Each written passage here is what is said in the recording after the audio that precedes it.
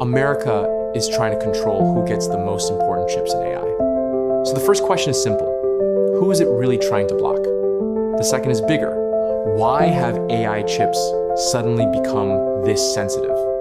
And the third may be the most uncomfortable of all. If the US pushes harder, could it hurt its own companies too? Because this story is no longer just about exports. It is about control. And in AI, control over chips may end up shaping who actually gets to compete. So to answer those questions, let's start with what Washington is actually talking about right now. On March 5, Reuters reported that US officials were considering a new framework for AI chip exports. In simple terms, if a foreign country wants a lot of American AI chips, that deal may come with conditions. That could mean security guarantees, and in some cases, even investment in US AI data centers. Now, none of this is fully final yet, but the direction is clear enough. Washington is not thinking only about selling chips anymore. It is thinking about how chips can be used as leverage. And that is exactly why this story is bigger than one policy update. Underneath it, there's a much deeper shift. At the heart of this story is one basic conflict: national security versus open commercial access. For a long time, advanced chips were still treated mostly like products. Very expensive products. Very important products. But still, products. That is what is changing. The US now sees advanced AI chips less like normal goods and more like assets that need to be controlled, watched, and restricted.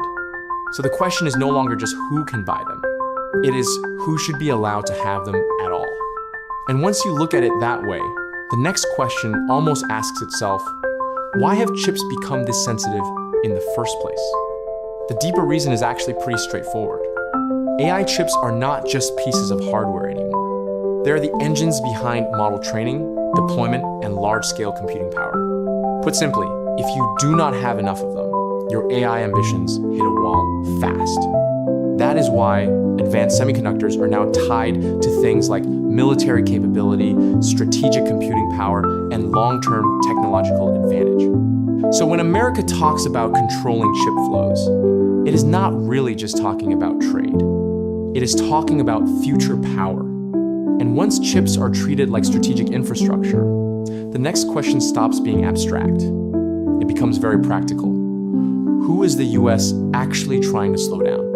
The clearest long-term target has been China. But the bigger story is not just about one country. The bigger story is that access to top AI chips is becoming conditional. Licenses, inspections, security commitments, political trust. That means countries and companies outside the trusted circle face slower expansion, more uncertainty, and weaker access to top-tier AI infrastructure. And in AI, that matters a lot. Because speed matters, delay matters, momentum matters. Sometimes, the real damage is not a dramatic public ban. It is friction. It is delay. It is getting slowed down while someone else keeps scaling.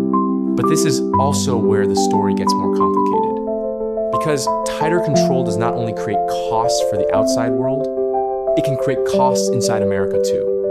American companies are not standing outside this story. They're inside the same system. For firms like Nvidia, export controls, license requirements, inspections, and tariffs can raise costs, complicate sales, and reduce flexibility. Nvidia has already warned investors that these kinds of rules can hurt sales, increase expenses, and weaken its competitive position. And it does not stop with one company. If the rules keep shifting, that affects supply chains, investment planning, data center expansion, and the efficiency of America's own AI economy. So this is not some clean story where America controls everything and only others pay the price. Control has a cost. And once you put both sides together, the pressure on others and the cost at home, the bigger picture starts to come into focus. This is not just about restricting access. It is about changing the structure of the AI race itself. If this direction continues, the AI race will not be only about who builds the smartest model. It will also be about Who can still secure chips, build data centers, stay inside trusted supply chains, and keep permission to scale? That is a very different kind of competition. Not just a race between labs. A race shaped by infrastructure, access, and political approval. The future of AI may be decided not only by intelligence, but by access. And once access becomes political, the AI race stops being just a technology story. It becomes a power story.